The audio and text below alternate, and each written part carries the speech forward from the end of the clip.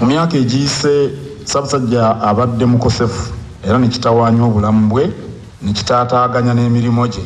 Era mu myaka egiyise Ssaabasajja afunye obujjanjabi okuva mu basawo abakugu wano mu Uganda ne mu mawanga amalala ag'ebweru.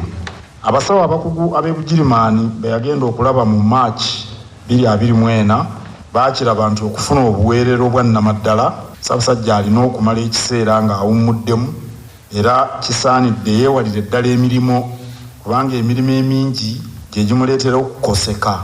Abakugu bano baalagirira Ssaabasajja bakugu bannaabwe abakolera emirimu gyabwe Namibia ne bamugamba nti walungi kubanga ayinza okuwummulirako eyo ate nga bw'afuna n'obujjanjabi. Ssaabasajja yasiima okuva e Bulaaya agende mu ggwanga ery'e Namibia era kinajjukira nti mu mwezi ogw'Akafumulampawu Katikkiro yategeeza Obuganda Ssaabasajja yaliko wabweru w'eggwanga ng'afuna obujjanjabi. Ne weetwogerera kati Ssaabasajja akyali Namibia mu mikono gy'abakugu. Kikulu nnyo era kisaana okukkaatiriza Ssaabasajja si mulwadde muyi era tali ku ndiri wabula yeetaaga ekiseera ekigere okwongera okuwummulamu ng'ali mu mikono gy'abasawo okusobola okusuukira ddala. Mukuumaddamula alabudde ne Ssekulabula abantu bonna abateeka katemba mu mbeera y'obulamu bwa Ssaabasajja Kabaka nga balookalooka olw'okwagala okufuna obuganzi ku mikutu emitimbagano nti kye bakola kikosa Buganda. Nga bwe twongera essaala tukakasa nti kisaanidde Obuganda bumanye ensonga z'obulamu bwa Ssaabasajja zikolebwako bulungi era mu ngeri ey'ekikugu ddala. Amawulire amatongole agakwata ku bulamu bwa Ssaabasajja Kabaka gava wa Katikkiro. Tusaanye tujjukire nti Ssaabasajja ye kitaffe era okukira ku bantu abalala bonna Ssaabasajja talingirizibwa. Amawulire agakwata ku bulamu bwe tegabeera ga kumukumu era tegafulumizibwa mu ngeri eweebuula ekitiibwa kye nga Kabaka oba n'okutyoboola eddembe lye ery'obuntu. Katikkiro, aboolya olulangira n'abataka ab'obusolya baagala okwebaza abantu bonna aboolesezza empisa zaffe eŋŋanda ez'obugunjufu obugumiikiriza n'obukkakkamu mu kaseera kano era bakubiriza Obuganda okwewala ennyo abatambuza obulimba n'eŋŋambo nga banoonya okusiga obukyayi okweyawulayawula n'okunafuya Obuganda. Ssaabasajja ajja kudda ku butaka ng'obudde bwe obw'okudda butuuse. Awo nno tubeere bagumiikiriza era tuwonge Ssaabasajja Kabaka mu mikono gya Katonda ayongere okumusuusa. Tuwongere okukuuma okunyweza n'okwolesa obumu n'omwoyo gwa Buganda ogutafa. Awangaale ayi Ssaabasajja Kabaka. Omutaka Nnamwama Augustine Kizito Mutumba omukubiriza olukiiko lw'abataka omulangira David Kintu Wassajja ku lw'olulyo olulangira nange Charles Peter Mayiga Katikkiro. Olukiiko luno lwetabiddwamu omulangira David Kintu Wassajja omukubiriza olukiiko lw'abataka ab'obusolya omutaka Nnamwama Augustine Kizito Mutumba omukubiriza olukiiko lwa Buganda omulangira Patrick Luwaga Mugumbule ow'ekitiibwa Isiraeli Kazibu Ekitooke ow'ekitiibwa Noah Kiyimba n'ab'ebitiibwa abalala bangi. Gavumenti ewabudde abaali abakozi baayo mu bitongole ebyaggyibwawo n'ebirala ne bitwalibwa wansi wa minisitule ez'enjawulo nti beewandiise baddemu okusaba emirimu gya gavumenti. Omusasu waffe John Musisiika abituwe. Bino byogeddwa omuteesiteesi omukulu wa minisitule evunaanyizibwa ku bakozi ba gavumenti Catherine Bitalakwate ng'asinziira ku Media Center olwaleero. Abakozi mu minisitule zino ez'enjawulo ng'ezimu ku zo zaggiddwawo oba ebitongole ebimu nga byaggiddwawo ate ebirala ne bigattibwa mu bitongole ebirala abawabudde okukwata empapula zaabwe badde mu buto okwewandiisa n'okusaba emirimu mu minisitule ebitongole byabwe gye byagattiddwa era n'abategeeza nti enteekateeka eno egenda kukomekerezebwa omwezi ogw'ekkumi omwaka guno. Mwene enkola gye tubaddemu amateeka twagakyusa nga tuyita mu Parliament. Cabinet yagayisa nekkiriza nti tugakyuse ne tugasindika mu Parliament ne bagateesaako agamu gaayita. Wenjogerera kaakati ng'omukulembeze ataddeko omukono ku mateeka 6 nga kitegeeza nti kakati gagenda kubeera kuteekebwa mu nkola ku lw'okusooka olwa mwezi gw'omusanvu. Mu kino ebyo ebitongole ebiggiddwawo abakozi bagenda kuddamu basabe emirimu egiriwo mu kitongole ekipya abanaayita ono ayongedde okutegeeza eggwanga nga Uganda bwegenda okwegatta ku nsi yonna okukuza olunaku lw'abakozi ba Afirika olukwatibwa buli nnaku z'omwezi nga 23 omwezi guno ogw'omukaaga nga yo Uganda egenda kulukwata ng'ennaku z'omwezi 27 ng'omukulembeze w'eggwanga lino General Yoweri Kaguta Museveni yagenda okubeera omugenyi omukulu ku kisaawe Kololo. Olwakina 8 akutenza 8 CBS FM Radio Lwasa Mayinja Mwananda gwe Musisi John. Minisitule y'ebyobulamu erangiridde kaweefube w'okuddamu okugema abantu ekirwadde kya polio mu bitundu by'Embale, Mbugishu n'emiriraano olw'akawuka ka polio akaazuuliddwayo. Minisitule y'ebyobulamu ng'eri wamu n'ekitongole ekya Rotary mu Uganda baali balangirira nti ekirwadde kya polio bakitudde ku nfeete era ekitongole ky'ensi yonna eky'ebyobulamu ne kirangirira nti Uganda tekyalina polio. Wabula akulira ebyobujjanjabi by'olukale Minisitule y'ebyobulamu Dr. Daniel Kyabayinze agambye nti Embale baazuddeyo akawuka ka polio kwe kusalawo bategeke okugema abantu mu kitundu ekyo bunnambiro. Dr. Kyabayinze agambye nti akawuka ke baazudde mu bitundu by'Embale baasemba kukazuula mu bitundu by'e Somalia ne Kenya.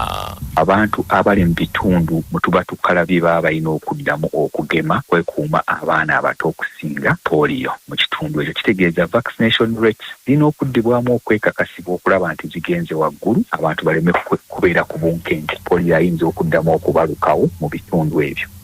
Mu mbeera y'emu Dr. Kyabayinza annyonnyodde ebika eby'enjawulo ebizze bizuulibwa mu kirwadde ekya polio n'agamba nti kano tekalina kuteeka abantu ku bunkenke wadde nga kaabalusewo mu bitundu ebyo. Waliwo strain ya polio tewulina gwe outbreak gye twalabye naye tukola surveillance eyo etegeeza nti buli kyolonyi kye tulaba sewage bw'aba nga agenda mu different places tukola kye tuyita surveillance ekyo tukwata ne tukebera continuously ne tukebera mu sewage oyo tulina ze tubayita surveillance sites muri site n'ebitundu ebyenjawulo. Kati bwe tusangamu akawuka akeefaananyirizaako polio kitegeeza tukakwata ne tukakebera ne tugamba kali linked ku ki. Gombolola y'Empenja mu disitulikiti y'e Gomba efunye ettaka lya yiika 3 okuzimbako eddwaliro lya gavumenti ery'ekanziira n'efuna yiika endala 5 okutudde eddwaliro lya gavumenti ery'engeriba lya Health Center 2. Bannyini kizimbe omuli eddwaliro lya gavumenti y'ekisaaka Kanziira baategeezezza egombolola y'Empenja nti ebbanga lye baabaazika ekizimbe ekyo lyaggwako dda era ne babasaba eddwaliro baliteeke mu kifo ekirala. Ssentebe w'egombolola y'Empenja Segirinya John Bosco ategeeza Kyabasa nti kyaddaaki bakaanyizza n'ab'ekika ky'ennyonyi ne bakkiriza okubawa yiika z'ettaka 3 erisangibwa okumpi n'ekkanisa y'ekisaaka era ne liteekebwa ne mu buwandiike.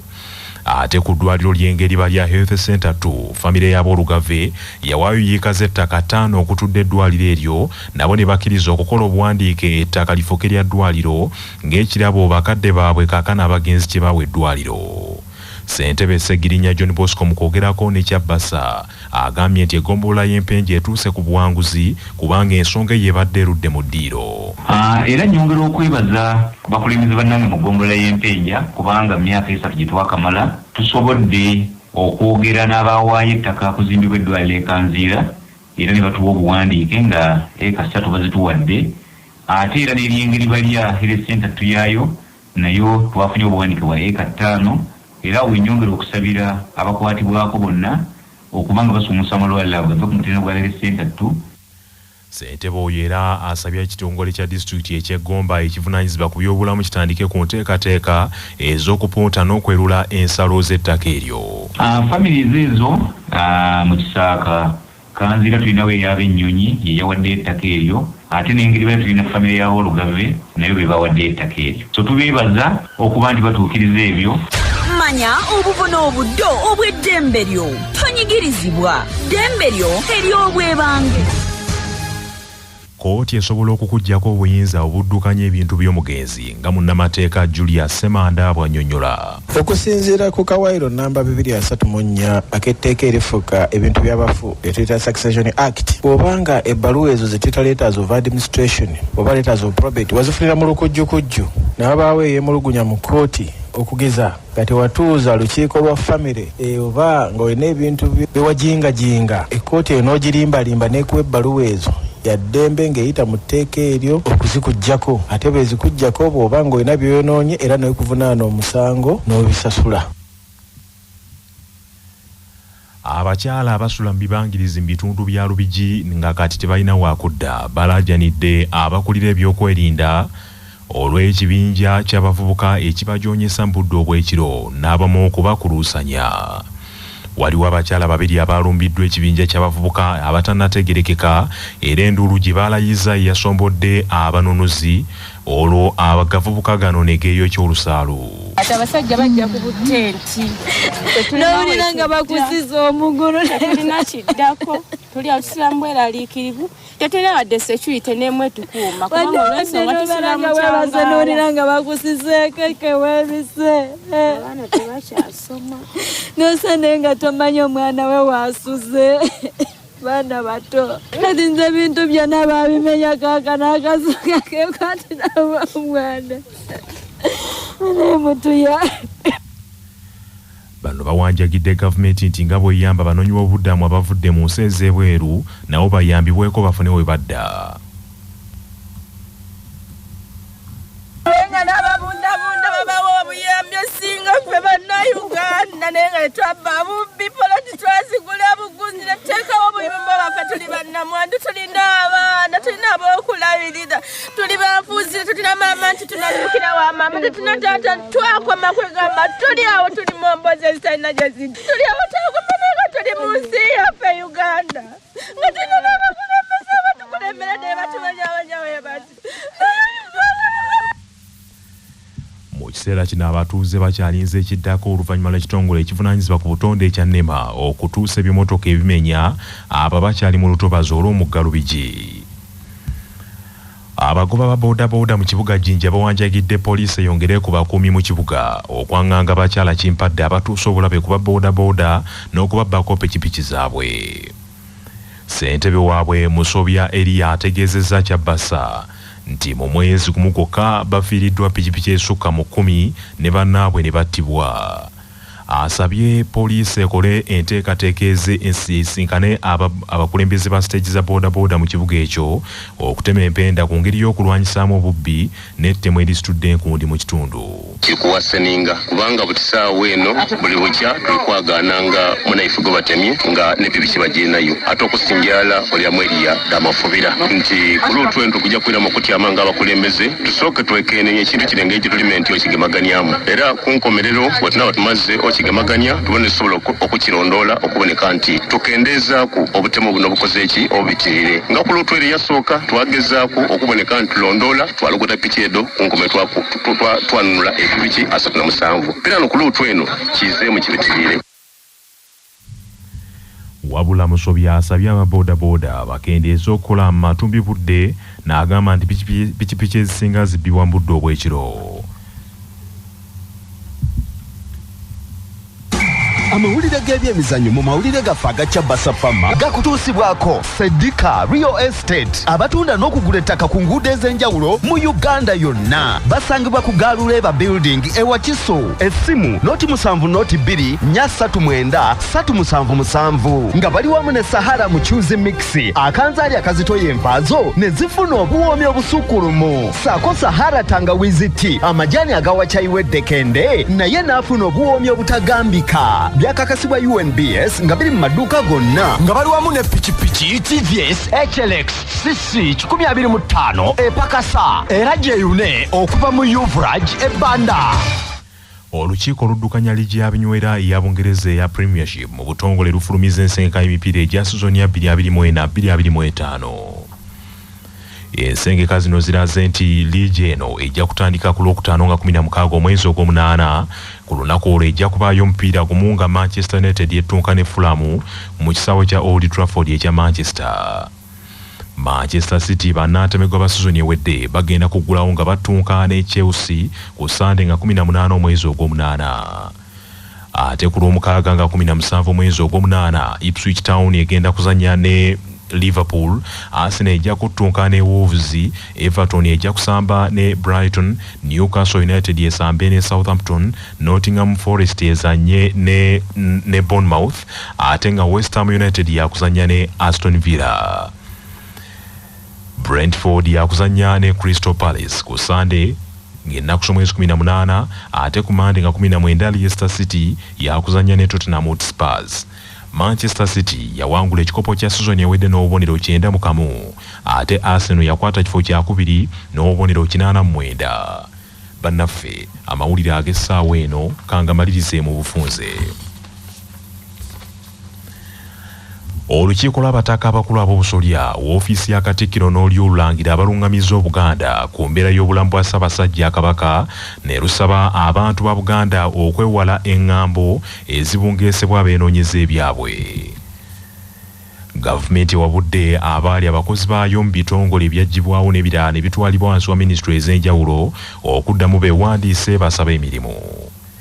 Minisitule y'ebyobulamu erangiridde kaweefube w'okuddamu okugema abantu ekirwadde ekya pooliyo mu bitundu by'Embale mu Bugishu n'emiriraano olw'akawuka ka pooliyo akaazuuliddwayo. Bannaffe